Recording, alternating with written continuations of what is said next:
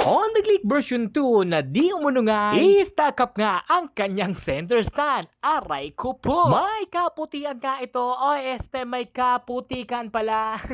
At ito naman ang kalagayan ng kanyang brake system. Hindi na yan alright mga tropa. Ito na nga ang itsura ng kanyang swing arm mga tropa. At dito naman ay nag-i-snow na.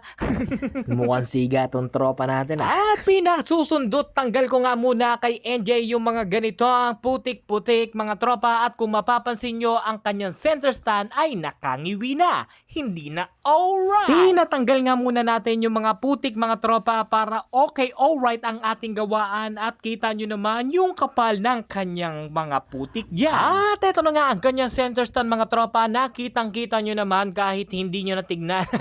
Paano yun? Nakinain na talaga ng kalawang ang kanyang center stand. Hindi na yan alright. Pero kahit natanggal na natin ang center stand na yan mga tropa, ay meron pa tayong naiwan. Ito mga tropa, ayan, mahirap din tanggalin yan. At nag-stack up na ng tuluyan yan. Kaya pag pinukpok yan mga tropa, malamang sa malamang ay kamot ulo ka dyan. At ito na yung mga piyesang ipapalit natin sa kanya. At ayan, kita nyo naman na naka-center stand na at alright na alright na. At para sa mga tropa natin gusto magpaserbisyo ng ganyan, ay punta lang dito sa ating garahe ko. Alright!